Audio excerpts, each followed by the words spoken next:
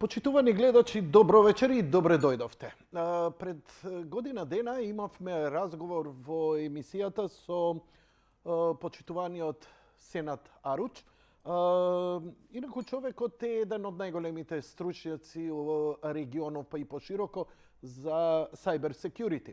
Тогаш разговаравме за некои други теми, а во меѓувреме се случија многу работи и мислам дека поактуелно и поадекватен човек за вечерашнава тема немаме.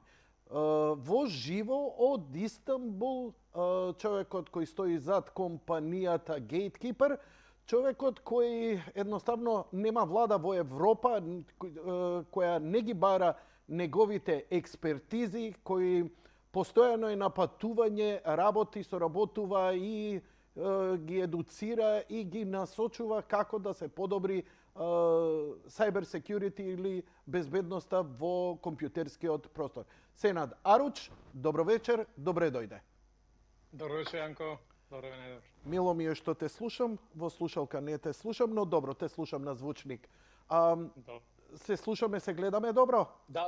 Одлично. Одлично. Јас сум малку надвор од кадар, што е добро за целава работа. Како си, Сенад? Добро изгледаш? Добар сум, малце уморен, само што дојдов пред 2 дена, дојдов од Лјубљана, значи учествував во 2022 енергетичкиот конференција за дигитализација енергетика, каде што, не знам дали знаете, али министерката на дигитализација на Словенија, таа е македонка по потекло, и она исто учествуваше доктор професорка на истава тема. Јас зборував за cyber security од дигиталниот двор, тие зборува за енергетика и дигитализација и тие работи, и беше многу интересен форум и конференција заедно се случи и тие работи, така да сега сум во Истанбул. Така, кога идеш како представник на твојата компанија која се занимава со cyber security, или идеш како или отиде како Сенад, како стручњак? Да, значи ја имам повише значи профили. Прво, значи ако зборувам за технологиите што ги представувам како моја компанија, што работам за француска компанија за network security, значи многу стабилна компанија што има сертификати како ANSI и такви работи, значи ние што произведуваме некои уреди ги има и во подморниците на француската армија, значи толку битен проект е. Тоа е една работа. Втора работа е, пошто јас самиот си правам research, offensive security, и имам на 20 кусур публикации, и тоа го зборувам по конференции, и за тоа ме викаат. Али според тоа сум фаундер и кофаундер на 2 стартапи, значи. Некојаш и за тие работи одиме. Исторично и во Истанбул имам исто така сум партнер на голема IT фирма, и со нив некојаш треба да патуваме дека, така да од се по нешто, али нон-стоп сме по недека. Сенад, не ми е јасно, еве, тебе те викаат најчесто како да ги подобрат корпоративните и така натаму, не знам, безбедносни, државни, приватни, на компании и така натаму, да ги подигнат на повисоко ниво безбедноста на нивните facilities, постројки. Бидејќи знаеме дека денеска и хидроелектрана, и мелница за брашно, све е тоа умрежено, и се што е умрежено е на некаков ризик.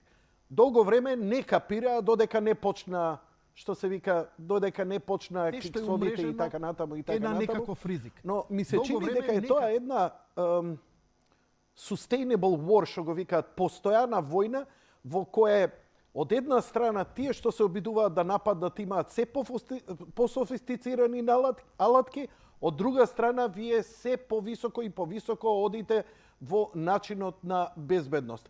И сега, од друга страна, вие па морате да направите безбедност, вие можете да изградите, еве, ја колку знам, баш ме интересира тоа, сега малце општо идеме пред да идеме за деталните работи. Можеш да направиш зид од 6 метра бетонски, ама тоа ќе биде бавно, ќе го забави сообраќајот и така на. И сега како се оптимизира такво нешто? Дали тоа твојата компанија и софтверските решенија ги приспособува, вади нови софтверски решенија? Како иде таа цела структура?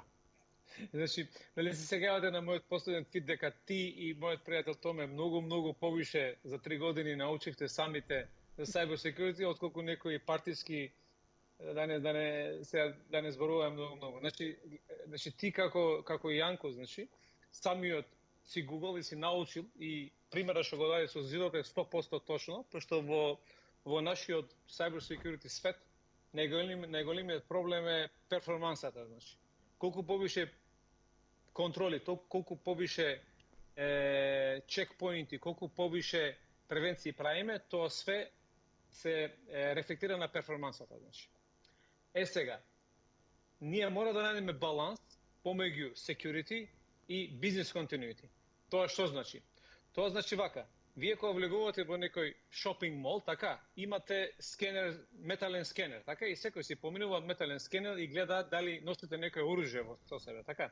Што ќе се случи ако ви прават на секој од вас full петрес, значи, тогаш ќе стане линија на чекање, така. Што ќе се случи ако на секој вас ќе направат background check пред да влегувате? Тоа ќе направи уште повише дилеј. Значи, cyber security е исто. Значи, во cyber security најголемиот... Во суштина, веќе кога им објаснуваме на тие што разбират, да. Значи, треба да поминуеш низ вратата, да те скенира толку брзо и да им е јасно што се дешава, луѓе да не застануваат. Супер. Тоа е. Значи, целава работа.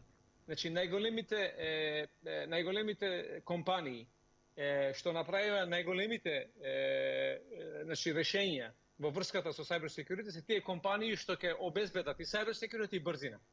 Затоа 100% си во право, али нажалост ова се менува моментално. Се менува пошто толку многу технологии ни влегуваат во нашиот живот со дигитализација, што навистина држави, приватни фирми, ние, јас и ти што користиме дома, например, паметни уреди, така, не можеме да постигнеме се тие уреди да ги ставиме во еден бейслайн на security за да можат да ни даваат услуга, автоматска услуга, како дигитализација, да не го направат нашиот живот полесен, а да немаме проблеми со cyber security. И така да ова е сега, значи, нели имаше, како што реков, има некоја трка помеѓу перформанс и cyber security, сега е дигитализација. Значи дигитализација се прави еден екстра сила му дава на самиот Што се подразбира под дигитализација? Че дигитализација вака е, Јанко, значи све што купуваме ново во областа на технологија се дигитализира. Значи веш машина, студопер, фрижидер дома ако си купил. Значи сите овие работи ги има како смарт, како паметни уреди.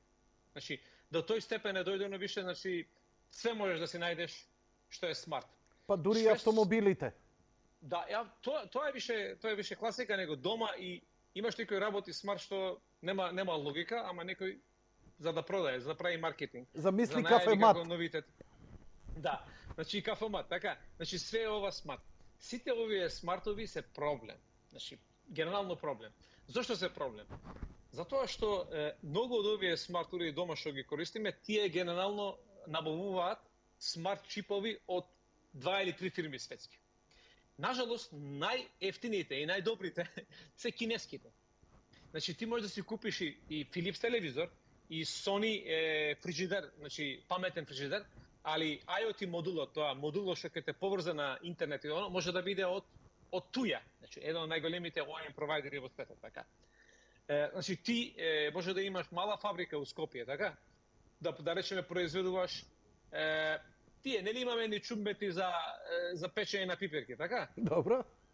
Значи, ќе си порачаш од туја модул, што ќе мери температура, ќе си го инсталираш модулот на тој чумбетот за печење пиперки за ајвар и ќе нагласиш дека ја имам сега нова верзија на чумбет, така, на печење за ајвар што е паметен, пошто ќе мери температура. Толку просто, значи. Значи, толку просто се конвертира најмеканички уред на паметен уред.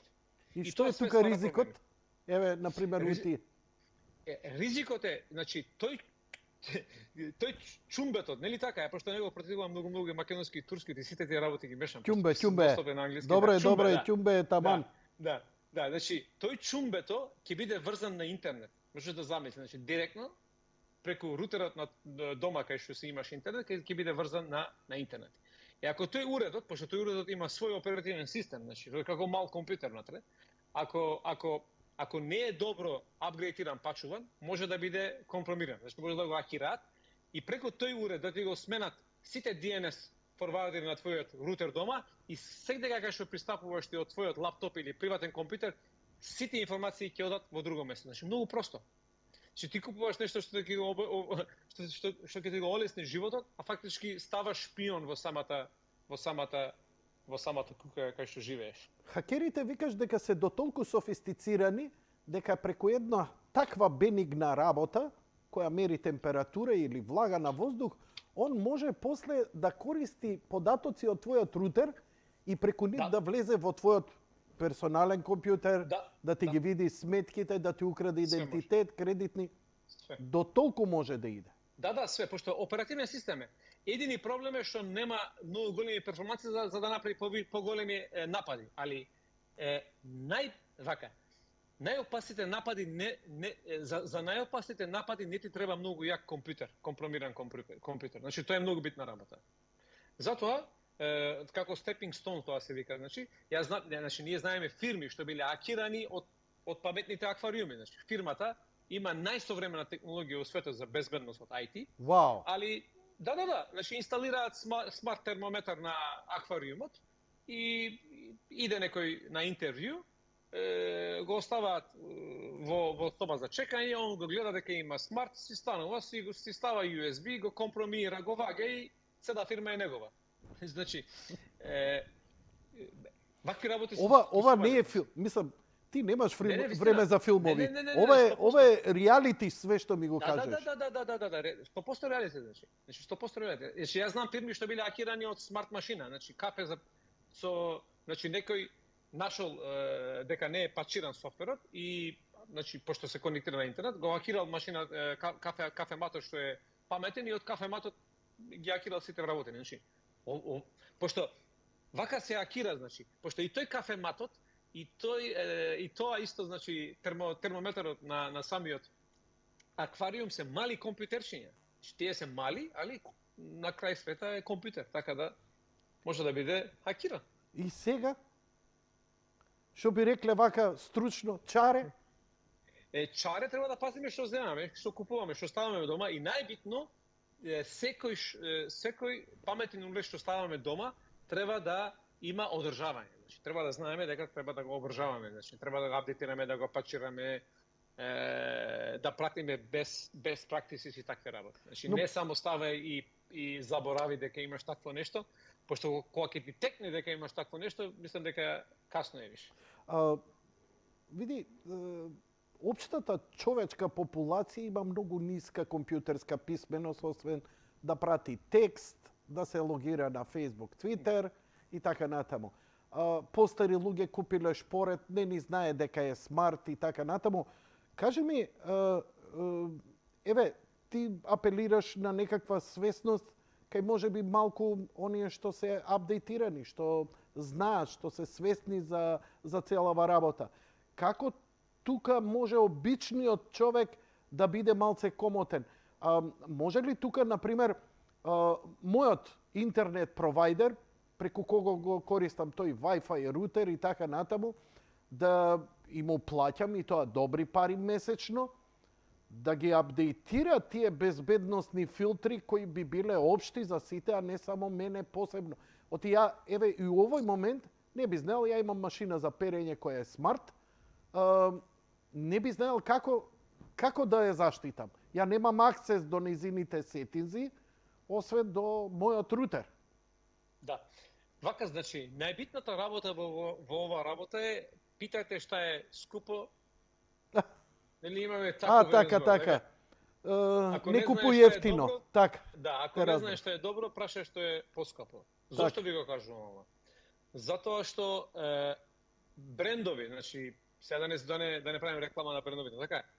Топ 5 брендови. Слободно спомној брендови ако ти доаѓа. Топ 5 брендови за бела техника, така е. Добро. Тие брендови имаат регулативи во држави кај што се произведува, кај што се продаваат, да има некој си бейслайн и да имаат некој си security. Затоа најбитно е тоа.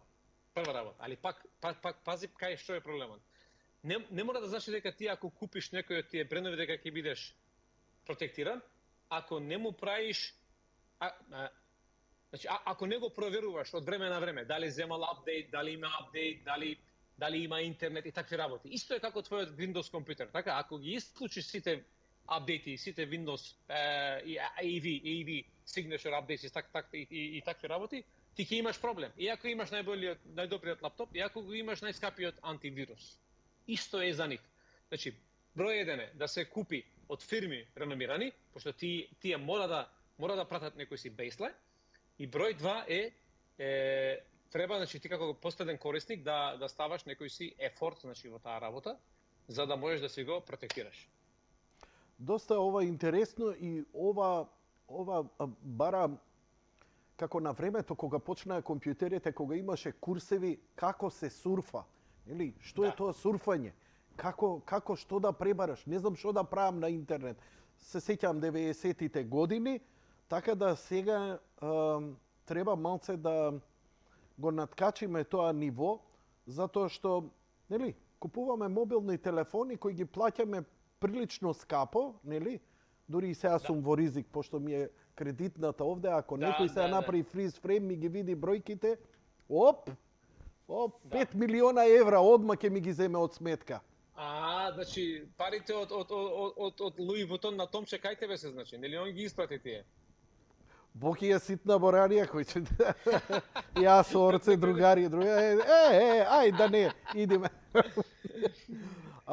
Сега, вака, интересно беше што деновиве Македонија, град Скопје, па и Македонија, е во општи хаос. Имено, стана просто моден тренд дојави на бомби. И сега, ова е тема која ти прилично добро ја познаваш.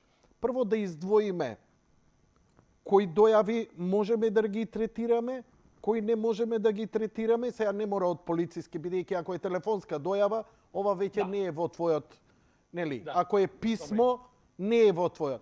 Но, ако е преку мејл известувањето, или не знам Вибер, или не знам ова, или не знам она, електронска комуникација. Електронска, компјутерска комуникација и така натаму, или преку бурнер телефон, што ти ја знам. Кажи ми, ти имаше еден пост во кој Томе Корнер те праша може ли да се најде ова, и додека сите дебатираа со прилично добри аргументи дека е невозможно заради промена IP, некој од Америка ќе му рече и така натаму, не може. Но ти рече дека потребна е соодветна опрема која за жал ние како држава ја немаме, а нити имаме намера да ја купиме. Ја би те молел ако може едно опширно објаснување, затоа што ова е најактуелно. Децата ни се мрцварат. Значи има некои деца, чисто заради публиката да го кажам, има деца кои доживуваат стрес, сериозен. Родители па да не зборам. Јас сум од оние кои мува не ги лази затоа што знам дека се лажни дојави. Ама знаеш како подсвеста не ти дава мир. Што ако некој манијак, фанатик, терорист стварно ја искористи оваа и сите лежерни и направи голема белја? Мислам, не може човек и затоа полицијата нели нормално реагира на секоја колку и да е бенигна расчистување, проверка куќињата да не има поставено и така натаму. Во секој случај, како можеме ние не можеме да ги превенираме? Единствено ако ги наоѓаме, има ли шанси да се најдат, како се наоѓаат, која процедура, што ни фали, како хордер? Тоа ти барам едно опширно, затоа и моје опширно прашање. Да. Вака, значи, прва работа, значи, нажалост кај нас во Македонија, тоа го дадов и на порталите денеска што зборев со некои, мешаат баби и жаби. Значи, mail bombs, значи, во cyber светот постои mail bombing, ама тоа не е најава дека сум ставил бомба у школа, него тоа е врста на атак, на напад, каде што праќаш 100-200 илјади мејлови, го бомбардираш мејл серверот, што може да издржи 10.000 мејлови. Значи, затоа викам, кај нас луѓето се Значи Google, ќе влегува некој, ќе Google mail bomb и таму покажува технологија оново што треба за да се превентира mail bomb. Ама тоа mail bomb не е овој mail bomb. значи, А врста, мешање, ти збориш за овие што ги мешаат појмовите. да, значи што се прават многу паметен, што сакаат да изиграваат паметен, што влегуваат во Google и пишуваат how to prevent mail bomb и таму кажуваат технологија што да купиш и како да превентираш DDoS, тоа се вика Denial of Distributed Service Attack, тоа е врста на напад. И тоа, мислам, се ова е користи- легендарно, ова уште 90-ти години кога ги научивме DDoS нападите. Да. Да, значи и читаат таму и ми викаат, абе, мене ми вика, абе ти не знаеш ништо, ја само што читав и научив дека ова може да се превентира пошто меша бабе и жабе. Така. Тоа не е исто. Разбирам. Не е прва работа. Значи, втората работа. Значи, најава на мейл со бомба или најава на мейл или некој ти праќа тебе цело време. Јанко ќе те убијам, Јанко ќе те убијам. Така се случува. Или некој ќе ме прати цело време на сенат, што ја знам. Тоа жена ми стално ми вика, Јанко ќе те убијам. Да, класика, да, класика. Значи, Треба да ја и тоа пријавам. Е иста, да. И тоа е исто. Значи, тоа е кај што некој ти праќа информација преку мейл, али информацијата што е праќана преку мейлот е фактички ризично. Аха. Ова нема врска со cyber security. Значи втора работа што мешаат кај нас. И бабе, и жабе, и све мешаат. Нема врска, значи мейлот што диде кај нас, со дојава дека сум ставил бомба во ова училиште, тоа не е cyber напад. Тоа е една работа. Тоа не е mail bombing, DDoS mail bombing, затоа не можеш технолошки тоа да го средиш. Што може да се направи? Значи во cyber security world ние користиме три approach викаме, значи три врсти на солуции за ова. Добро. Значи првата е солуција, значи risk mitigation викаме. Значи кога имаме некој риск, си ставаме corrective, detective и preventive контроли за да го елиминираме тој риск. Така? Да почнеме од тоа. Тоа е најболje, значи најболje е да го елиминираме рискот.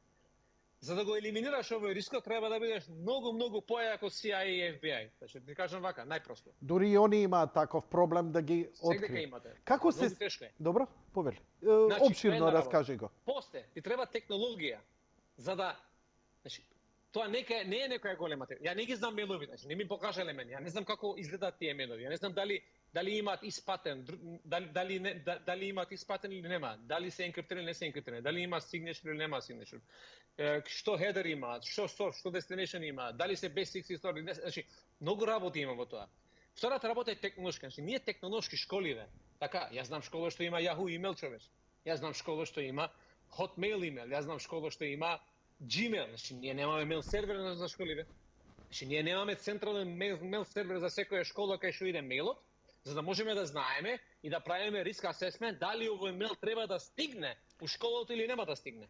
Тоа е технолошки. Значи, чекај, сакаш да ми кажеш дека ако институциите, школите имаат свој мейл сервери, како порано што имаше нели своја чекај, дали тоа значи дека самата институција треба да има свој хардвер? Не, Или- не мора. Значи министерството ќе има еден мейл сервер за сите школи. Значи ние не сме држава 100 милиони човече. Значи тоа е 2 сати работа да се тапираш еден мейл сервер. Тоа е Што ќе помогне ако имаме така еден сервер, а не користиме на пример Gmail или Yahoo или нема да стига, пошто мейлот ќе се знае дека е пратен, дека мейлот нема вистински ризик, значи се прави риск скор за ова. тоа софтверски се решава? И софтверски и хумански, значи човечки, значи мейлот се гледа. Гледа и вика од овој сендер мейлот или со ваков мейл ќе иде на корпа. Значи ова што е? Не ти зборев за mitigation, така? Сега, да се вратиме на mitigation, пошто почнаме да скокаме на acceptance. Значи, mitigation. Најбитното mitigation што е? Значи, нашиот интернет провайдери, така е, подоле, полицијата, треба да има аксес и отворени канали да стигне до сите мейл провайдери во светот. Тоа е една работа.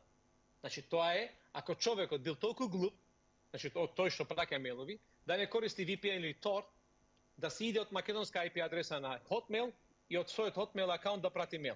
Така? И да е таков системот, да речеме дека е глуп, и влегува во Gmail и од Gmail праќа. Значи, нашава полиција нема пристап до Gmail за да ми го зема IP адресата. Толку сме неспособни во таа работа. Да речеме дека нашава полиција, нашава институции, сайбер институции, така, имаат пристап, директно отворени канали до Gmail, така, и можат да стигнат до моја IP адреса, тогаш тој атакерот е глуп. А што ќе случи ако е паметен, користи Tor и VPN? Тогаш работава се комплицира 2 пати, 3 пати, 4 пати. Тука иде се више работа колку е јако нашето разузнавање, пошто во Америка CIA и FBI се бави со вакви работи. Не се прави local police или sheriff offices. Капираш? Ова е risk mitigation. Затоа реков 99% може да се спреди, 1% не може. Иако ако напишеви 99%, некои неписмени кај нас, особено дипломирани, тие се смеја, пошто тие не знаат што значи во cyber security светот 99%. Ни никогаш не споруваме 100%. Пошто кога ќе збори 100% е голем риск. Значи, дали ме разбираш? Втората работа, значи, пошто ова не можеме ние да го направиме. Никако држава, никако полиција, никако разузнавање, нема шанси, значи. Ја ти кажам. Значи, немаме ни кадар, немаме немаме култура за ваква работа, пошто кај нас сите тие кадри се политички вработени. Значи, тие не се cyber security експерти, така.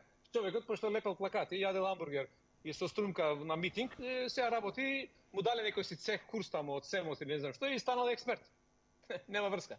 Втората работа, пошто ние не можеме mitigation, е risk acceptance. Значи вака. Што само кажи ми, mitigation што значи? Mitigation е кога елиминираме некој риск. Значи имаме риск, така, и го елиминираме. Тоа е risk mitigation. Ајде да повторам, професоре, дали добро сум разбрал. Значи, една од солуциите кои ти како cyber security стручнjak велгаш, значи, такви да се постави, нели, централизиран сервер, министерство за сите институции, чии мейлови со закани и така натаму уопште нема ни да стигнат не треба до да стигнат, пошто ќе дали ова пракса и во светот? Секдека е ова пракса. Затоа што не можеш да го најдеш тендерот, ќе правиш risk acceptance. Сега, гледаш, влегуваме во risk acceptance. Значи, што значи? Серверот се обидува да види од каде му доаѓа пораката. Ако не може да ја открие од каде, он го става во спам, го изфрла? Нема врска. Многу работа може да направи. Се може. Најбитно, знаеш ли што е? Најбитно е кога ние како држава не можеме да најдеме и да ги стопираме кој е сендерот, автоматски преминуваме на risk acceptance. Тој што значи ова? Ова вака значи. Стига мејлот, така, и се гледаат многу работи во мејлот и се ваѓа риск профил. Дали овој мејл може да биде вистински или не е вистински? И така може да му се случи еднаш, 2 пати и после веќе да го снема. Ние до сега имаме 100 мејла такви со закани. Ама затоа, пошто ние реагираме како глупи. Затвараме школа, дали ме разбираш? Пошто никој не прави риск асесмент на мејлот, не знае да прави. Сега, што се случува? Кога ќе правиме еден риск асесмент на мејлот, така, тога што правиме? Секој риск што го прифаќаш, го мониторираш. Така значи. Многу просто.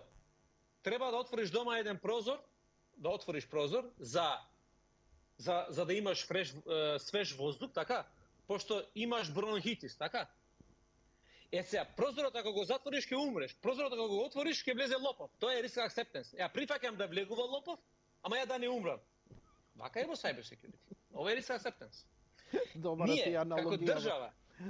Ние како држава, да, ние како држава, кога ќе речеме дека ние прифаќаме дека овие мејлови според овој risk assessment дека не се вистински, не е реална опасност. Контролираме. Што ја контролираме? Ќе ставиме security на школото, ќе ставиме камери, ќе ставиме појаки мејл сервери. Значи, тука треба државата да реагира, нели? Не само праќај куќиња и врати се назад, праќај куќиња и врати се, нема логика. Друго е кога секој риск што се прифаќа. Сега, се враќам назад. Нели го оставив прозорот отворен, така? Пошто ќе умрам. Што правам? Ставам камера, ставам сензор, нели? Пошто го прифаќам рискот и сега го контролирам рискот. Тоа треба да се направи за нас како држава. Ја да сум на execution power, ја ова би го направил директно. Третото што е, риск трансфер се вика. Кога го трансферираш рискот на недека друго. И ова може да се направи. Министерот Значи школава се собираа сите директори и Вака, викаат ние ова значи сега збориме за да не третото. бидеме дека ако може би има навистина некој постави бомба, а ние да не го игнорираме тоа, туку да бидеме подготвени дека евентуално има можност за навистина да се случи, да можеме да реагираме. Тоа сега го збориш. Да, тоа беше за риск acceptance, значи кога го примаме рискот, така? Да, ама Али- викаш тие мелови сега ги Трансфер. мониторираме да видиме дали навистина може би во тие мелови има вистинска закана. Да, ама треба мониторинг, тоа не се прави во мейлот, тоа се прави во школото. Треба да стават камери, треба да стават аксес контроли, треба да стават скенери кои влегуваат. Така се прави тоа. Не се прави во мейлот. Гледај сега. Не ја е праќам наивно нон-стоп ова. мейлови. Ич не е наивно. Па затоа ти кажувам, значи или едно или друго. Што е третото сега? Третото е риск трансфер се вика. Кога го трансферираме рискот. Тоа како се прави? Овие две работи ако не се прават, првата е немогуче кај нас. Значи нема шанси, тоа ја ти кажам со ваков кадар. Приватни фирми, задно време имаме многу добри приватни фирми. Ја бев заедно пред 2 недели бев во Македонија, во Александра Палас ме поканија таму на еден убав разговор и видов многу млади деца, многу добри деца што почнале нова cyber security кариера. Со помош од вакви фирми може тој првиот значи риск mitigation да се донесе до некој ниво. Ако второто не можеме да направиме, третото е многу лесно е. Сите директори викаат ние ова го трансферираме на Министерството за едукација, така? Ние нема да ги затвориме школата. Министерството за едукација што сака нека направи. Министерството за едукација вика ова не е моје, го трансферирам рискот на полиција. Полиција вика и ова не е моје, го трансферирам на кибернетика. Кибернетика вика ја не е моје, го трансферирам дека друго. Ова се вика риск трансфер. Четврта опција нема, пријател. Вака, имам податок, Нема. да, имам податок дека средните училишта во Македонија, повеќето, имаат камери, а и имаат обезбедување веќе некое време. И така што, нели, фактот дека ете еден дел е ризикот намален. Значи, Не, контролира. Значи, контролира. прифаќа, Не е намален, значи, туку добива мейл. контролира. Да, добива мейл дека имаш бомба, вика не, ја гледав камери, нема никој влезено. Риск Аха, acceptance. ништо од надвор. Тоа е риск acceptance. Тоа е. Аха. Добро, имавте, ајде може и пак да се навратиме на ова, имавте една закачка со министерот кога он говореше за дигитализација и дека дигитализација ќе се вршела во државата и така натаму и така натаму. Повеќето, да речеме 90% од граѓаните, никој не се навреди, гледавме како теле ушаре на врата. Што значи дигитализација? И оној што знае малку мисли дека тоа е учебникот да се стави у PDF формат, па да може негде на компјутер. Тоа е дигитализација за нас. Османи збореше за дигитализација, но вие му пуштивте еден културен клизечи на таа тема. Каква дигитализација збориме за државата кога ништо не е дигитализирано? Што во суштина он збореше, а вие на некој начин му рековте дека тоа е демагогија? Вака, значи, јас сум во контакт и сум бил со министрот Османи, значи он дава максимум колку што гледам, со праење на сите тие договори, со што се вика на knowledge transfer, sharing is caring, такви работи, он дава максимум и баш ми е мило што трчавте дека за да постигне нешто. Али јас што го реков и јас сум во право. Нажалост, значи он што трча и се мачи за нешто, тоа се гледа, али јас што викам во право сум. Зошто? Значи зборуваме за една политика, cyber security политика, што нажалост 2012 година, значи првиот СИР план, ја го пишував со еден мој пријател. Значи, каков план? План за cyber security политика, значи cyber security strategy за Македонија, значи СИР план. Да, СИР планот за Македонија. Okay. Многу убаво, значи. И тоа ние го пишуваме на времето, се сеќавам пред да се заминам за Италија јас, со Филип Симеонов, значи. Се сретнавме од интернет, он работеше за Телеком тогаш и не знам кој беше, мислам дека ВМРО беше на власт. Но кажувам многу отворено. И седнавме и напишавме еден убав план, тогаш не знам, најдовме некако и отидовме кај министерот и рековме, еј, луѓе, ова треба да го направите. И им го дадовме. Многу добро се сеќавам со Симон. 2012 мислам дека. И ништо, не добивме никаков одговор. Што ќе направат оново? Ова беше чисто она доброволно, разбираш? Не колку после неколку месеци објавија планот, излегол министерот оново. Нашиот план го објавија. Ко тие го напишале. Ама ја тоа време више се решив со Македонија, се заминува. Значи, од тогаш. И сега министерот се враќа со новиот план. Вика ќе правиме нова значи cyber security стратегија за Македонија. Вака сега да ви кажам, Јанко.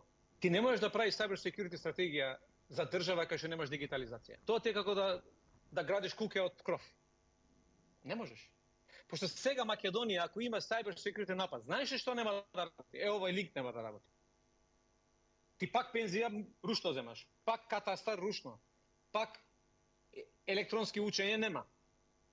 Закажување електронски на доктор немаш. Добро, не е баш така, но е низок процентот. Низок е процентот. Колку е? Например, еве, сите плаќања ја ги вршам онлайн. Банкарските.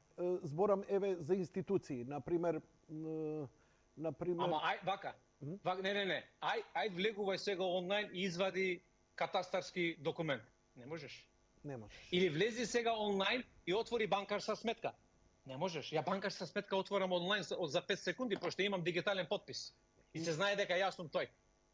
Па има дигитален потпис, ама уште има тоа папирологија кај нас, така е. Да, ама знаете ли што е? Знаеш ли што е електронска влада или дигитализација? Дигитализација е ја да купам кола, да продавам куќа, да не се пријавам уопште пред нотар. Тоа е дигитализација. И сега, зборуваме за таков стан, за таков стандард, а немаме ништо дигитализирано. И тоа мене ми беше зборот. Така. Значи, ние како држава сега ако инвестираме, што може да се направи, не е проблем. Значи, ние како влада, верувајме моментално, владата нема никаков кадар за да може ваков нешто да направи. Тоа многу добро го знам. Ке земат копи пасте некоја држава, нато, овој, ништо нема да биде, пошто сите тие стандарди, сите тие работи што правиле другиве држави, правиле според нивниот стандард, според нивното инфраструктура. Ти немаш таква инфраструктура тука? Јасно. И сега кај е зборот? Мене ми е зборот што Македонија моментално прво треба да се фокусира на дигитализација. Прво ќе правиш дигитализација. Значи прво ќе иде со најбитните сервиси што ги даваш на твоите граѓани, што чекаат на шалтер пред некој си државен службеник што се зема плата и си дремка таму цело време, над 200 и колку илјади ги има, така? И те гледа, ако си од моја партија, побрзо ќе ти завршам, ако не си од моја партија, ќе те чекам 5 месеци. Разбираш? Ние треба да го решиме овој проблем. Овој проблем се решава со дигитализација, пошто софтверот нема да гледа кој е ВМРО или СДС или ДУИ или онова. Сите ќе бидат третирани исто. Компјутерот ги третира сите исто. Значи прво ова треба да направиш. Значи да нема катастар, значи здравство, образование, полиција, плаќање на казни, судство, све ова кога ќе го дигитализираш, тоа ќе решиш вака. Мене ми е све дигитализирано, така? Ја ако имам сайбер напад, ја не можам да издавам книжки, ја не можам да извадам пашоши, ја не можам да издавам катастарски тапија, така? Тогаш ти имаш риск од cyber security напад. Што риск има сега ти? Дека YouTube нема да ми работи? Голема работа. Значи, ти нема... Мене ова ми беше зборот до министерот. И да, во право сум. Значи може да праша кај сака. 100% сум во право. Но владата работи со cyber security компании кои ветуваат се и се што. Ти си во тек со тие работи. Да. Не знам дали твојата компанија конкретно дава некакви услуги во Македонија. Знам дека даваш во твојата компанија дава секаде низ светот и затоа си нон-стоп на пат, но за тоа потоа. Што ветуваат они, што ветуваш ти, дали ова се капира или сега што се прави, се импровизира, има ли некаков конкретен план, има ли надеж ова нешто, бидејќи немаме избор. Сенат, нема избор. Значи, колку и да се неспособни, ја те слушам и ти верувам, дека се неспособни, дека нема кадар, хардвер нема, така? Нема. Хардвер нема. Пази, тоа е најмала работа. Ама не може, мора да го направа тоа, сакале или не? Вака, значи, многу деца замина од Македонија. Многу. Мене ми се јавуваат нон-стоп за работа, за брски и такви работи. Ја помогам колку што можам. Вторава работа е многу битна работа. Треба да го остават cyber security на професионалци, не на партиски лижачи што фатиле работа пошто седеле на митинг. Ја ти кажувам најотворено. Ја не сум партиски. Можам да, значи никој не ме вработил во животот партиски, ниту сум земал нешто од партија и многу слободно. Ај, сме чуле дека у партија ти фатиле врски у Истанбул да ја направиш оваа, па после ти дале Да. гранче, па со гранчето си отишол у Амстердам таму, па за Филип си работел. Знам, ај ти. Да. Најверојатно Груевски нешто од Будимпешта ти пушта. Да, ти ми пушта, да, биткоини ми пушта. И слушај сега кај е проблемот. Најголемиот проблем е што не ја оставаат cyber security на професионалци. Во Македонија гледам нови фирми, остај ги фирмите. Фирмата е само име, така? Само титула. Децава што работа се многу вредни. Значи гледам дека сакаат да прават нешто друштво во Македонија. Ова треба да се користи. За да се направи ова, треба cyber security, барем cyber security да оставаат надвор од политика. Само тоа го сакам. Ако го направат тоа, верувај, како јас не... знаете ли колку има како јас? Еден куп имаме од Македонија. Можда јас сум малце постар од нив, или повише сум пред конференции такви работи, затоа можда повише мене ме знаат. Имаме луѓе што знаат, јас што не знам. Јас знам што тие не знаат. Така е у cyber security, не можеш све да знаеш. Можда и тие ќе речат, јас сум тука за да помогнам. Јас сум од секоја сум викал ја. Од која партија, од која влада, од која институција, од која министерство, нека ми се јават, јас сум тука за фри, за без пари да им дадам адвајс. Човече, ја 2020 година за Перу отидов. Значи, мене ме покани армија од Перу за адвајс, за Перу летат. Кај мене армија, никој не ме знае. 2001 година бе првиот cyber security тренер на турската армија. Ја ги обучував турските војници за cyber security. И зошто не ме викаат мене? Или, знам, пошто не сум партиски, пошто не сум лижил на некој на партија, разбираш? Тука е зборот. Сега, вака ако продолжат, значи, знаете ли кај што сум? Вака може да направат на некој економиста, на некој учител, на некој доктор, на некој сите струки може да ги направат вака. Значи на многу луѓе, многу професии пошто направија вака партиски тие отидоа од Македонија. Со cyber security не можат. Тие се свесни дека треба да се вртат кон професионалците, разбираш? Ама сега не им дава егото да се вртат кон професионалците. Ја кај ти го програм дека без пари. Ја ќе ги платам сите летови и сите трошкови, ако им треба адвајс, тука сум ја. Ама никад нема да се јават. Нема аванта. Друго е ако ти дае 100.000 па 20.000 ти за него одвоиш од тие што ти ги дал. Тоа е типично кај нас, нели? Па тоа е. Тоа е, а тебе не ти треба. Океј, ме интересира малце твојата компанија, дали работи под постојани договори со одредени влади, компании, што може од тоа да споделиш и дали тоа е еднократно или мора да има континуирана соработка? Вака, значи, ние како француската компанија. Значи, француската компанија имаме продукти и имаме сервиси за ова работа, што Македонија е emerging market за нас, значи. Така го гледаат тоа. И значи многу работи што треба можат да набават од компанија како мојата кај што работат или како другите, тоа не е проблем. Најбитно е сервисите, значи многу работи има сервиси. Значи, ако мислиш дека владата на Република Македонија ќе добие некој грант од Америка и ќе си купи хардвер и тој хардвер сам ќе се работи, нема да биде тоа. Значи, нека треба експерти за тоа. Ако мислат дека ќе обучат некој и ќе стават, и тоа нема да биде, пошто тоа не е што се зема обука за 5 дена, така?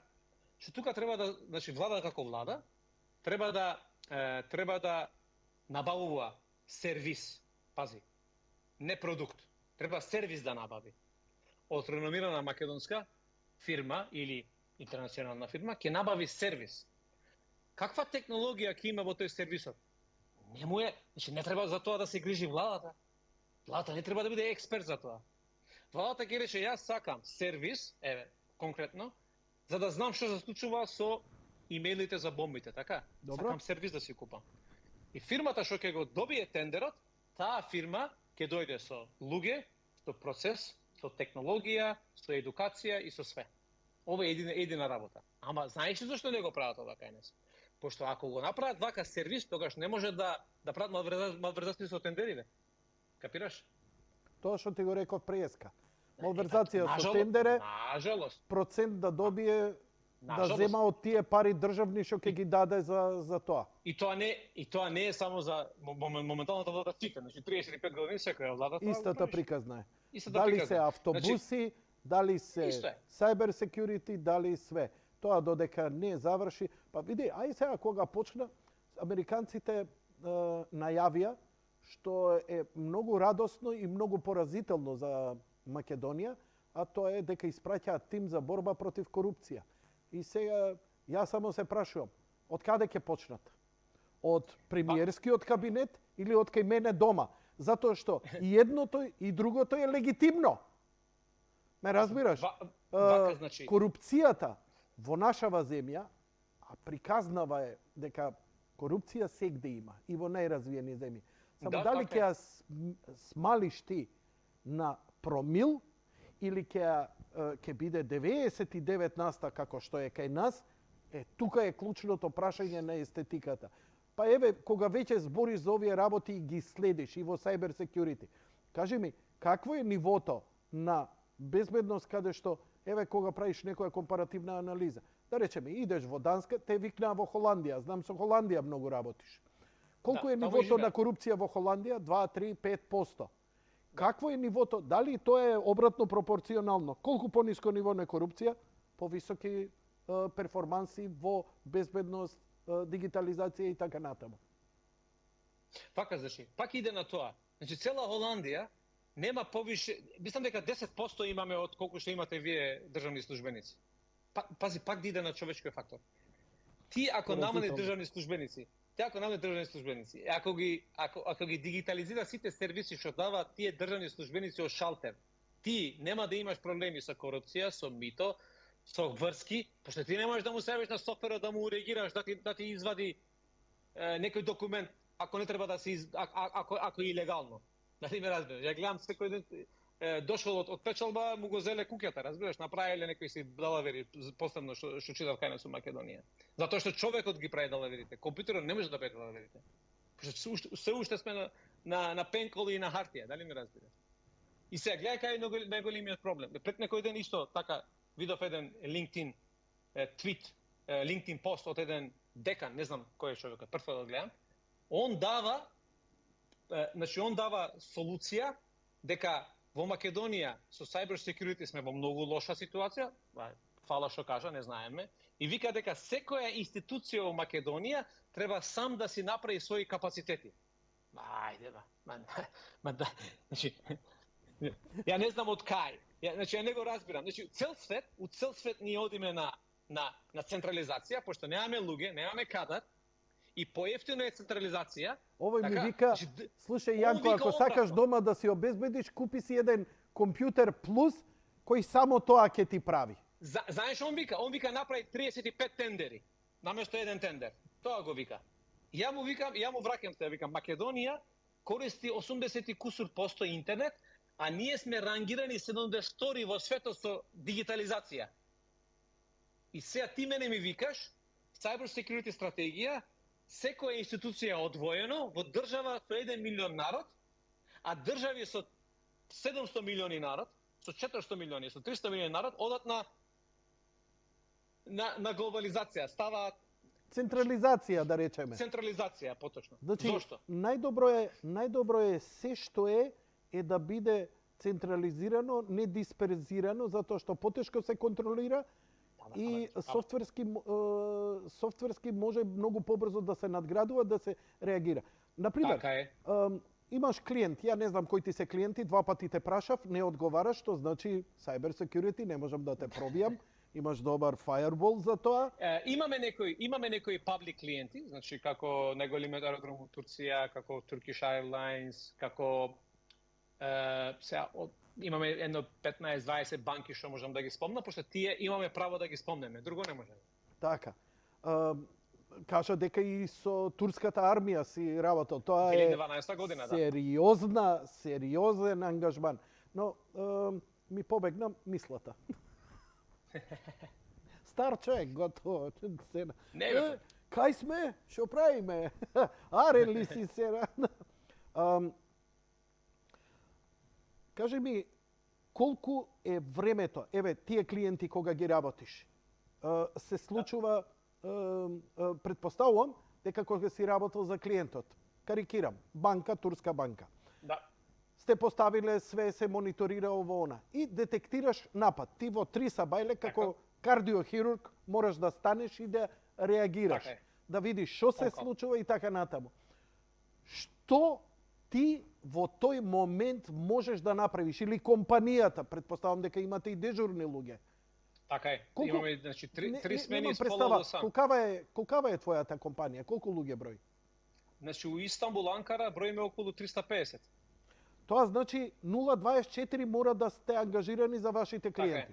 Се Да, случува 3 смени. такво нешто и ред алерт и така натаму. Што се случува во таков момент?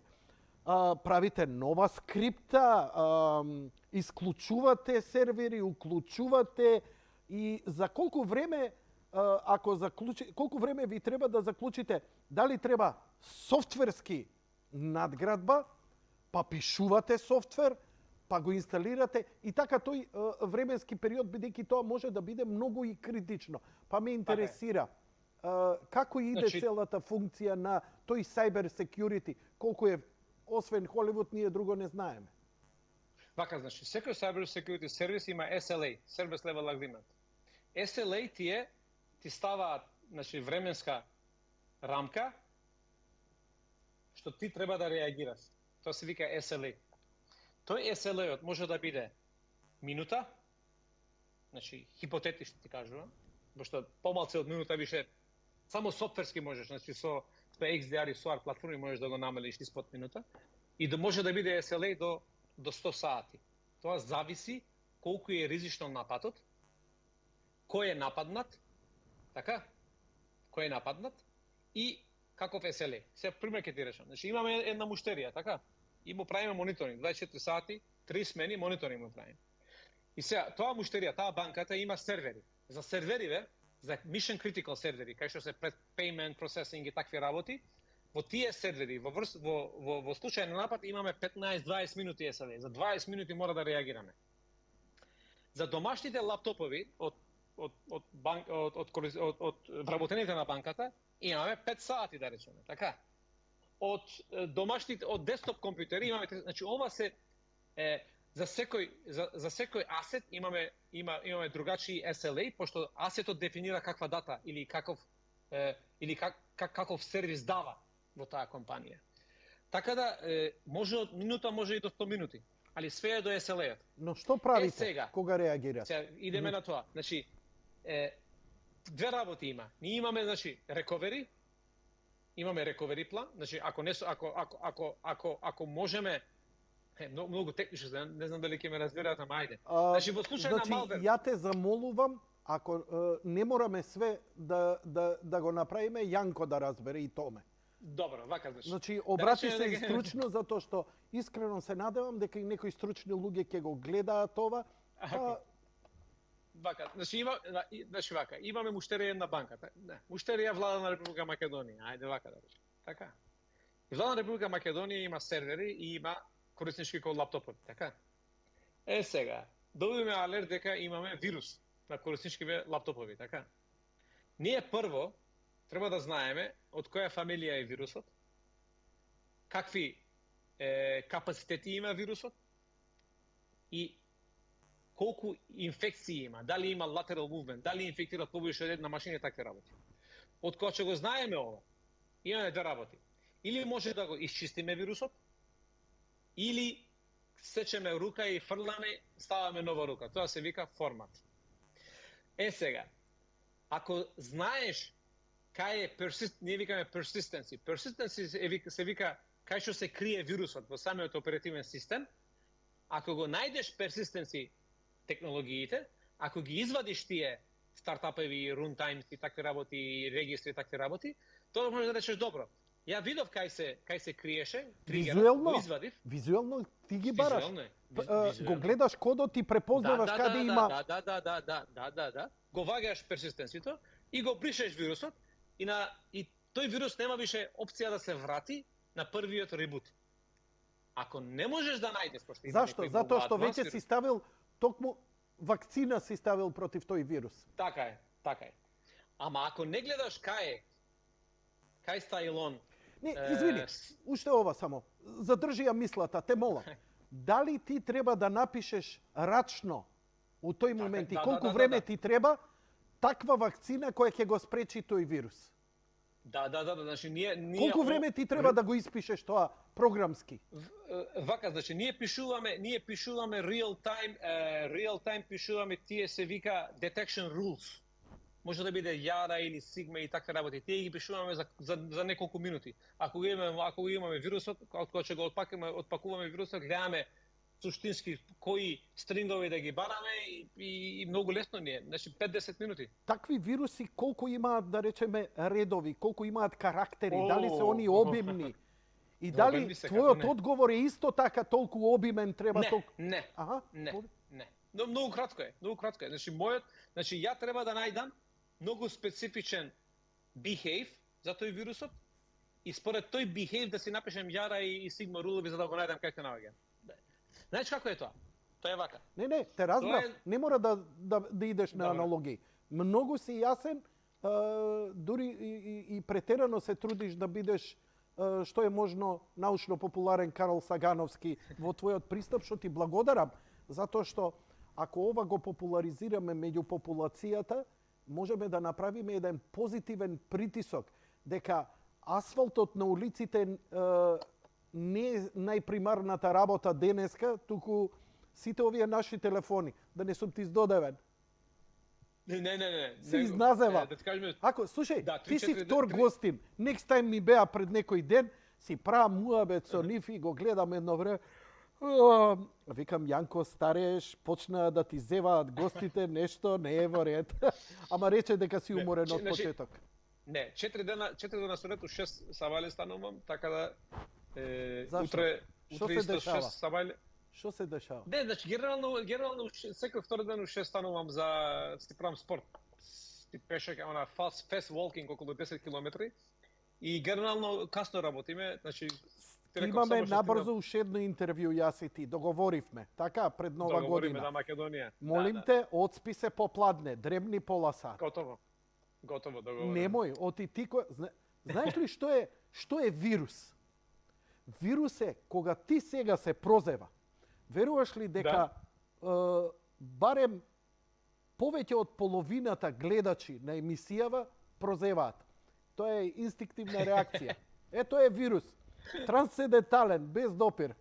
Или, например, сега да ти кажам, цедам лимун и го цедам лимунот на јазик. И на многумина... Да. Ова е телепатски вирус. Сега, така. Работава е врвка, избор нема.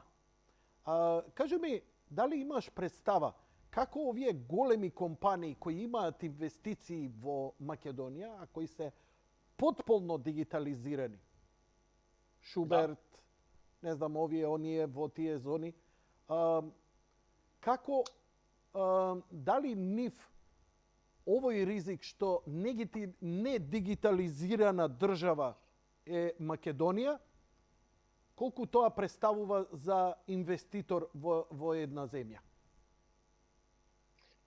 Вака, значи, све зависи до бизнисот. Значи, ако тие се некоја си банка, интернационална банка, така, тогаш за нив потешко ти има во врска да работат и да оперираат во држава кај што нема регулации, кај што нема дигитализација. Ако се продакшн, значи, генерално, нели рековте фабрика, така, што произведува, така, значи, тие фабрики користат PLC, значи, уреди, значи, тие се викаат IT, IoT, PLC уреди, ITOT, PLC уреди, значи, тие роботи. Така што швајцуваат роботи што прават нешто во фабрика. Тие системи генерално се air gap системи, ние ги викаме air gap. Air gap значи систем кај што нема никаков пристап до интернет. Така да За такви фабрики кај што има OT, IoT, PLC, нема многу голем бенефит од дигитализација, а немаат и многу голем риск ако не е дигитализирана државата, пошто самите системи работат во изолирана околина. Тоа се е. Неколку приватни прашања до тебе.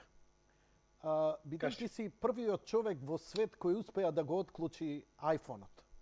15 години го зборуваме. Да, дали, ама знаеш што не те прашав? Дали имаше проблем со Apple некојаш? Дали те контактираа од Не. Apple? Не, пошто ја не го продадов солуцијата. Иначе добив од Дубај, се сеќавам како денеска една голема понуда, многу голема понуда, да им го продам солуцијата и тие да почнуваат да унлокираат после, да прават unlocking сервери, и реков не. И ја го објави фри. Аха, добро. Значи методот за унлокирање само ја го знае. Можев да не го објавам. Ама го објави. Да. Не ти се љутат од Apple? Ја мислам дека пошто го објавив, мислам дека затоа и не ме гонеа. Значи да одев на второто, че да почнав да профитирам од тоа, на големо ниво, мислам дека ќе ме собереа некој Америка. А вака им помогна да ја надградат својата безбедност. Пошто тоа е, значи пази, тоа време немаме ние она disclosure, bug bounty и такви работи, значи тоа време беше многу ризично, разбираш. Сега најверојатно тие проверуваа, гледаат дека бекграунд сум немал никогаш, значи криминални активити. Да, и после јас сум нашол нешто, али пази, многу паметно беше целиот хак, пошто не го акирав софтверот, не го акирав хардверот, ја го терав телефонот да си мисли дека има AT&T сим картичка, а во него ставав македонска сим картичка. Значи повише беше значи повише беше логичен хак него. После 7-8 месеци после мене, Гео, он извади софтверски хак. Тој беше више онај софтверски хак, кај што имаше, ако го знам дека и он немаше проблеми со Apple, али со софтверскиот хак може полесно да те гонат, што има доказ дека ти им правиш нешто во нивниот intellectual property.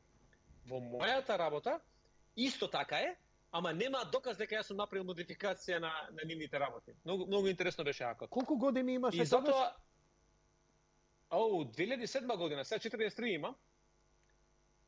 Не знам колку имав. Добро. Треба да математички. Во рете, 13 години, 15 години си бил помлад. Па 15 години, помлад колку? Таму 27, така 26. 27-8. Имаше тогаш веќе добра надградба. Како се надгради ти во оваа струка cyber security? Дали беше програмер? Ама не, ама вака, пред iPhone-от ја објавував многу хакови за Македонија. Значи, мене првиот хак ми е 92-3 година Телеком у Гостивар. Без пари интернет. Вака да им кажам на 2,5 гледачите, години.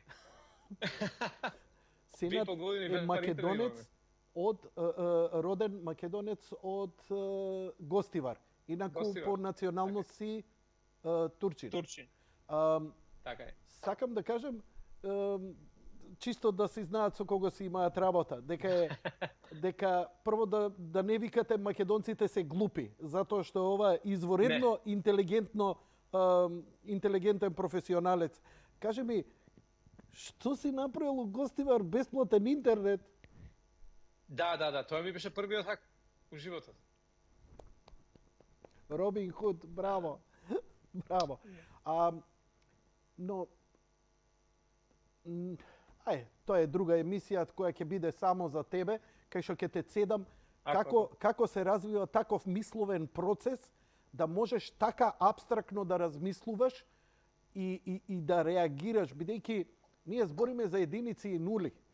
Ние не збориме за, не знам, живо месо што се крпи или механика што се и разбирањето што е код и како треба да реагираш за да предизвикаш нешто, тоа мене ме фасцинира, бидејќи немам такво апстрактно размислување можност. Јанко, на моето време ја немав пристап до информација. Значи, ние немаме пристап до YouTube, кај што можеш да научиш затоа како прашувам, работи. Да. како, од каде, или се тоа нешто интуитивно го имаше ти во себе? Значи вака, на моето време не можеш ти да научиш како работи еден малвер со YouTube видео за 5 секунди. Пошто Како визуално ти покажува. Да. Немаме тоа. Јас се сеќавам 95-та година, пред да излезе Windows 95, многу пошто ја пази, првата диплома го имам од 94-та година, Windows 3.11, DOS 6.22, Corel Draw 3, диплома имам, човече. Значи отидов на курс и излезов диплома и некој сега мене ми соли, некој од партиски во Твитер колку сум разумен. Значи јас сум сигурен дека струја немале дома, од која дупка живеа таму, разбираш, на времето. Нема врска. Значи на моето време ние немаме прист. Значи ја и да сакав да учам програмирање, немав книга. Јас за да научам програмирање го инсталирав Python или некој си програмски јазик, C++ или Sharp и учев од најтешкото, значи праејќи тестирање, тешки, тестирање. без туторијал. Немаме, кој ќе ме учеше? Гимназија немаме ние, мој професор во гимназија Имаш на времето мерено Клипер и IQ? Паскал не учеше.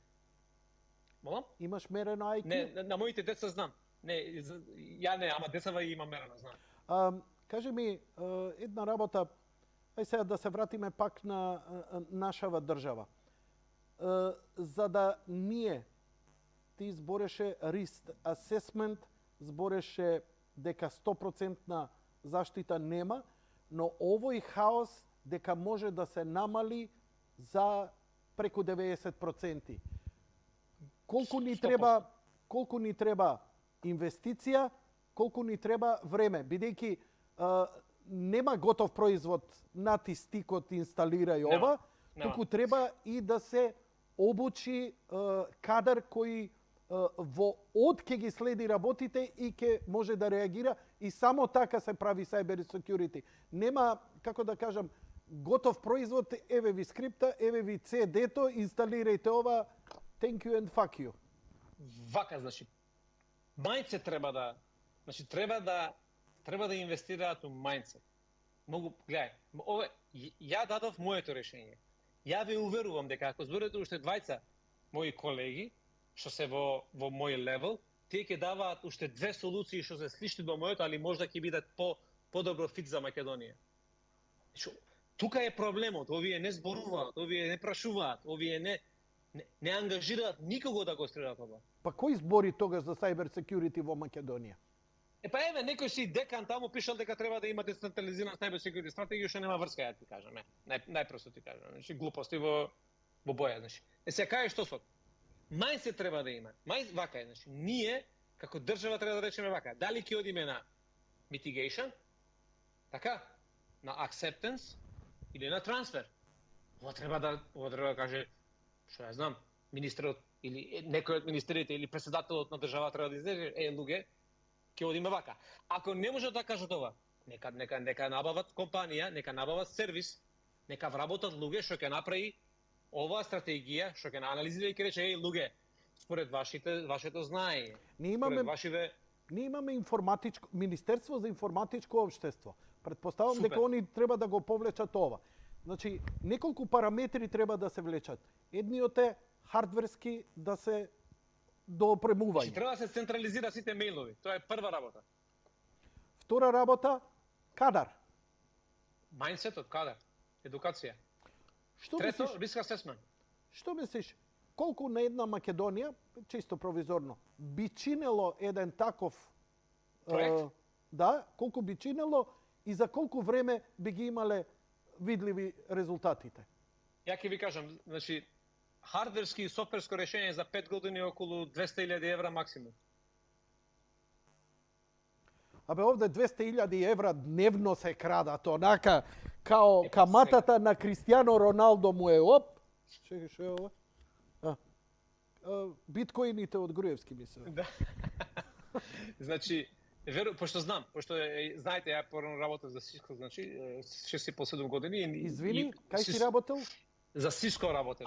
Да, го ставив твојот профил на LinkedIn. Да. И каде што навистина е импресивно твоето CV, со кого све си работел.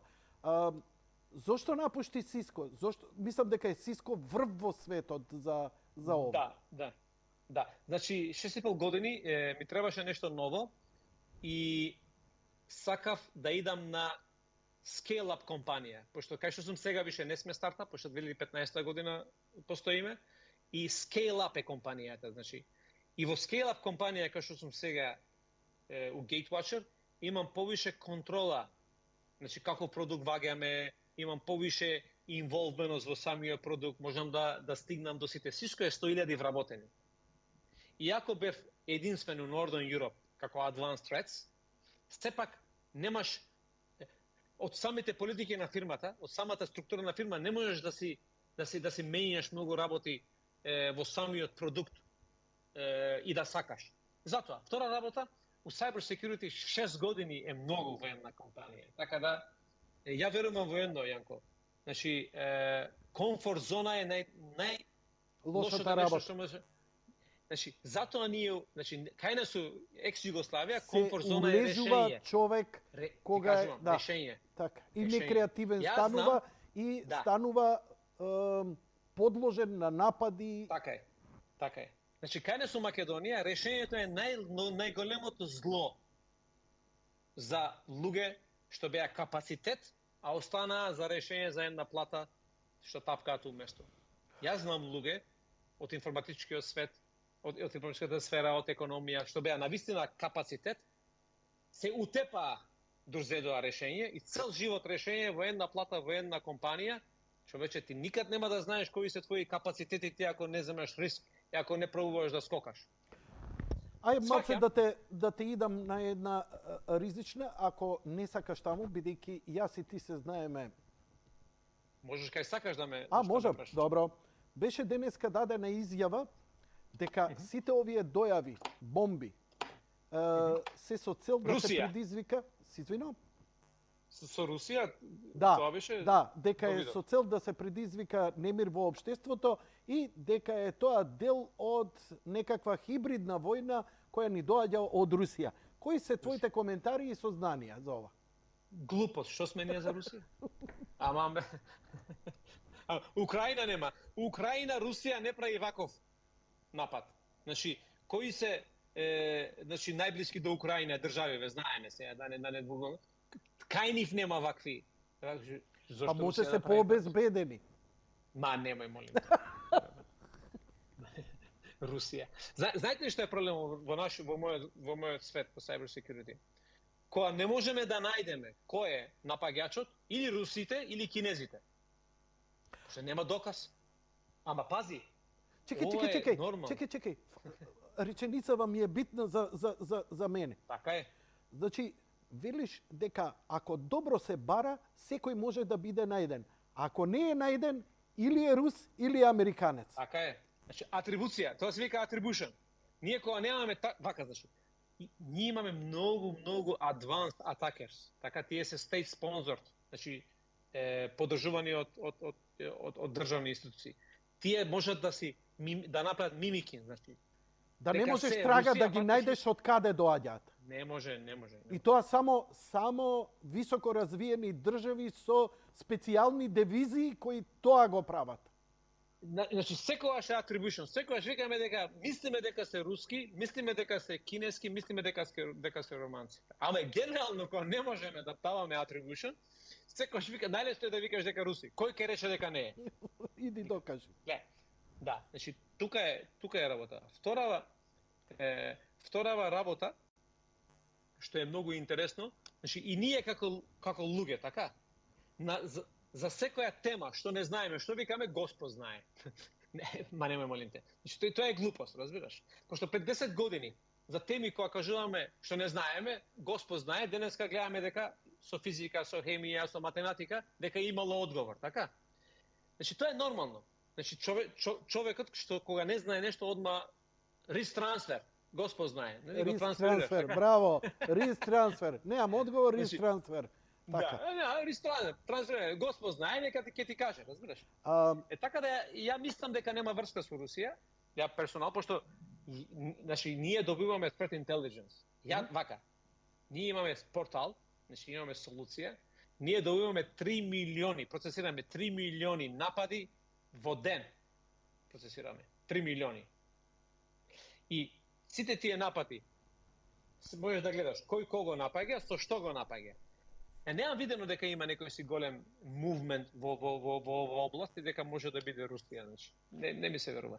Мислиш ли ти дека ова што го прават кај нас, што се случува е од еден човек или ова е или мислам твојот инстинкт што ти збори и од искуство, или се ова поише копилјаци кои знаат да прикријат IP адреси и не шупчат како сакаат и Не.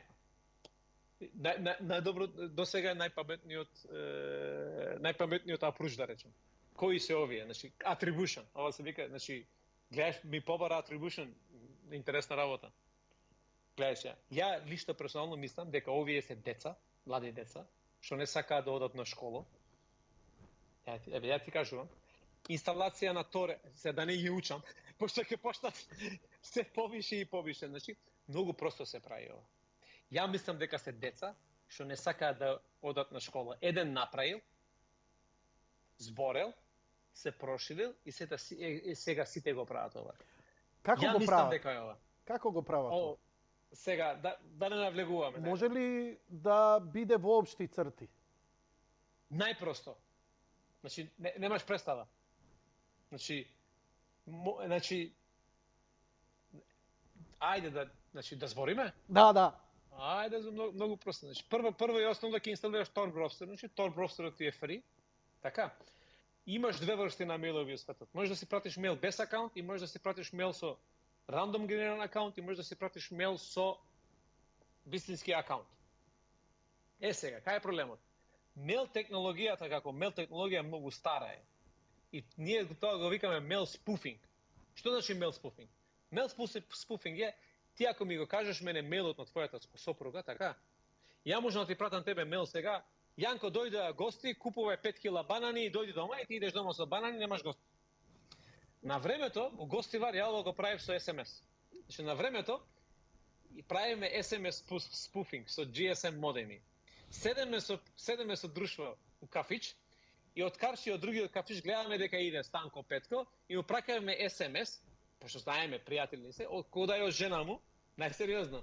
Купи баклави, 2 кила баклави, дојде да гости, и ми кај станува, ми доште гости, купува 2 кила баклави, живи мајка, и си оди дома, а покажува SMS од жена му. Значи, и пази, јас сега ќе ти пратам тебе SMS од Томе. Дојди Јанко ти спрема јагне, одиш Маврово, нема јагне. Ама треба А SMS од Томе има, од Томе е пратено. Ама треба да го знаеш SMS од Томе. Брои. Така. Не, само телефонските броји треба да ги знам, ништо друго. Значи, исто работи, ден денеска работи. Има апликација за iPhone, го купуваш и можеш да си го заебаваш кога сакаш. Да не кажувам сега која апликација, ќе поштуваат, ќе стане у Македонија лом, разве брака, значи ќе направат луѓе, разбираш? Се кај што сум? Да сум јас, Елон Маск. И да ти речем, hello Elon, catch these guys, бланко чек за тебе. Колку ќе ме кошта и дали можеш да ги фатиш? Не, мислиш преку Твитер да фатиш кои Не знам. Еве, ти викам, не можеш. Не, ако користат Тор, ако користат двете работи што не кажав, не можеш да ги фатиш. 1%. Али можеш, 1%, знаеш кој е? али можеш, како ме едуцираше, да им ги изблокираш мејловите, да не пристигнуваат, да не прават лажни дојави. Тоа можеш да го направиш. Да, може. За колку време и колку ќе кошта тоа? Имплементацијата на целиот ова risk acceptance, мислам дека за 15 на денеја може да имаме up and running комплетен систем без никаков Да ти се јави влада ова да ти порача? 15 дена. Колку ќе кошта? Максимум 200 за 3 години лиценца. Ама пошто е цена на чинење во наши пари, во евра, колку чини тоа? 200.000 евра максимум. 200.000 евра. Да, за 3 години. Да, ги повторивме. Тоа е може 3-5, сега не знам. Значи последно јас знам цениве горе. Само еден ден да се откажат од крадење од држава, бараме од нив. Еден ден. Значи, да. Значи, знаеш ли кај што сот е вака? Ти ако пратиш вака, ти ги праќаш сите best practices. Значи, инсталираш Tor, ги знаеш сите трикови да не бидеш фатен, така? Сите трикови. Праќаш мејл до конзулатката на Америка во Македонија, така? Ќе бидеш фатен за еден ден. И ако ги прати сите best practices, пак ќе те фатат за еден ден. И ниеден без практис да не правиш. Чисто она детски, да не чисто она што се вика script kiddies, така? И нема да бидеш никад фатен. Сепак идеме на тоа 1%. Кој е атакиран? Кој е таргетот? Таргетот автоматски дефинира колку посто ќе бидеш фатен. И на крај, многу си актуелен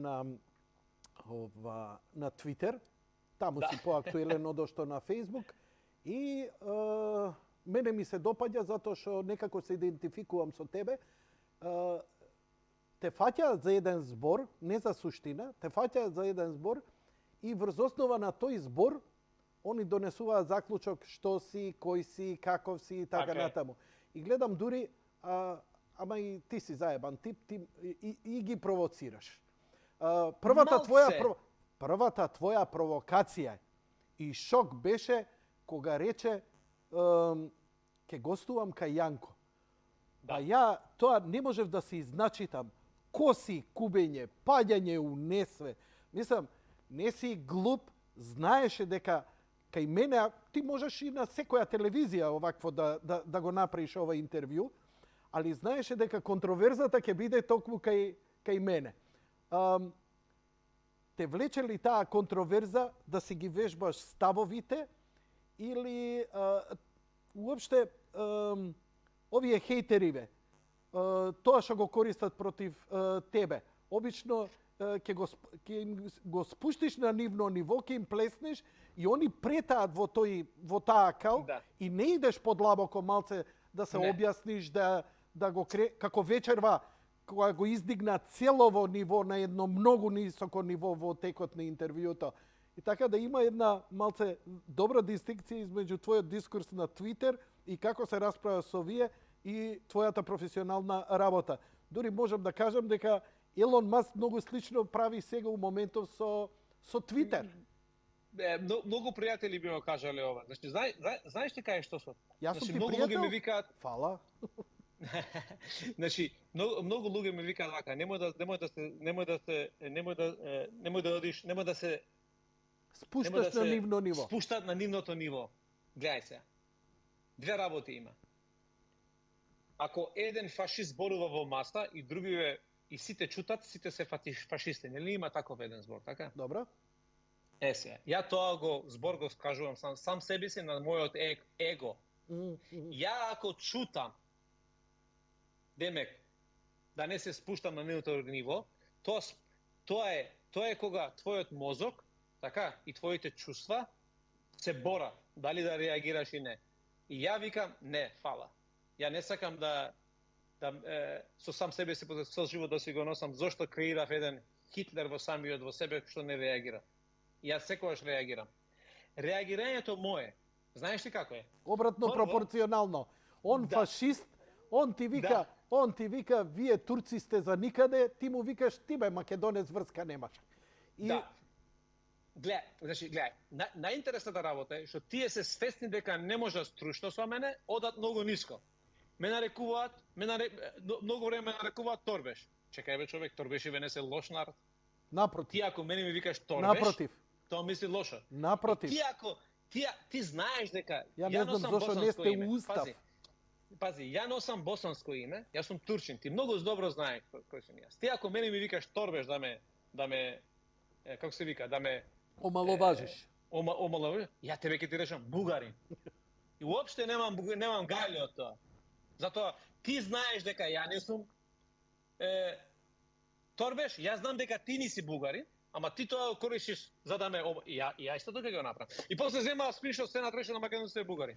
И има многу сајбербулинг. Ти тоа лесно го поднесуваш. И сега идеме на една тема или да ја оставиме за наредното интервју сајбербулингот. Како се откриваат, затоа што Елон Маск најави дека голема инвестиција прави во Твитер да се откриваат ботовите, тие што хейтаат многу и тоа е Сенат, доволно беше. Ај, нека остане ова, нека остане. Пред нова година. Пред нова година, рече, а најверојатно ќе дојдеш у студио, така ми рече? Да, сигурно. Тогаш ќе дојдеш тука. Ќе го направиме тука, не мора виртуелно, иако се едно е. Прво да ти се заблагодарам за вечерва. Јас се заблагодарам. Ја лично сметам дека кажа исклучително битни Што работи. се случи со биткоин? Се сеќава, дали се сеќава дека игра мајтап со мојот биткоин? Ја кога реков дека биткоините да само струја и ништо друго, значи сега испадна дека пошто струјата поскапи, нема врска. Значи, Како поскапи струјата, биткоинот падна. ама нема друга опција. Значи пошто нема биткоин да равно на струја. Нема врска, да не налегуваме на тоа. Тоа е моето лично мислење. Значи како што ти реков преска, се сеќаваш да прашаш за мејл заканите други експерти и тие ќе ти даваат слични или различни солуции што се 100% во право. Нема black and white, има 50 shades of grey. Јасно Тоа ми го е. има. Јасно ми е. Али сепак на крајот сите тие солуции мора да паднат во 3 корпи. Risk mitigation, risk acceptance и risk transfer. Толку. Ке се видиме во студио. Морам да одам. Ти благодарам заради тоа. Поздрав до тебе. Добив многу мејлови во меѓувреме, малку наведнува в глава, ми стигаа пораки. Ако? Луѓе се одушевени од тебе. Една лоша работа не прочитав, но баш Благодарам. заради тоа да ти го галам, нема да ти го галам егото, нема да објавам ниедна пофалба по тебе, Како сакаш? за да останеш во една позитивна тензија која ќе дојдеш и наредниот Ако? пат. Аз се надевам Ако? дека нели пред новогодишна софра Да, овдека 23 ќе бидам Македонија. така. Томе ќе рече дека ќе научил тулумбе и баклави да прави, па ќе донесе у студио. Договорено. Благодарам, господине Арноч. Фала господин Јанко Илковски, благодарам, повтор пат ме повика. Се надевам дека ме слуша, се надевам дека некои луѓе малце се иритирани, али тоа е тоа. Поише Значи- ќе се прават будали дека не гледале. Уживај. Лека ноќ и пријатно. Почитувани гледачи, тоа беше се за вечерва. Благодарам за вашето внимание. Лека ноќ и пријатно.